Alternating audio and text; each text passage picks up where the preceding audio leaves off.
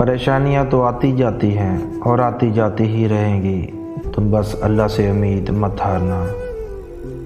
جب یہ حضرت محمد صلی اللہ علیہ وآلہ وسلم کا خیال میرے دل میں آتا ہے تو میں اپنے اعمال کا سوچ کر شرمندہ ہو جاتا ہوں۔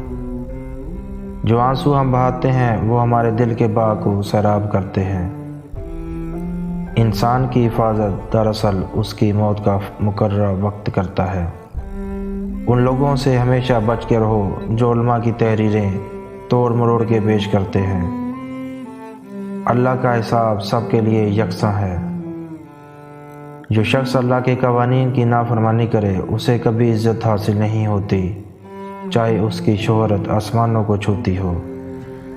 اگرچہ سمندر میں گہرائی ہوتی ہے لیکن دل کا ساحل سب سے زیادہ گہرا ہے۔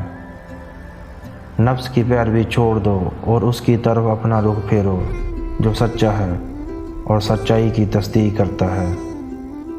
اگر تجھ سے کسی سوال کا جواب نہ آ رہا ہو تو خاموش رہو، ممکن ہے تیرے جواب کی ضرورت ہی نہ ہو۔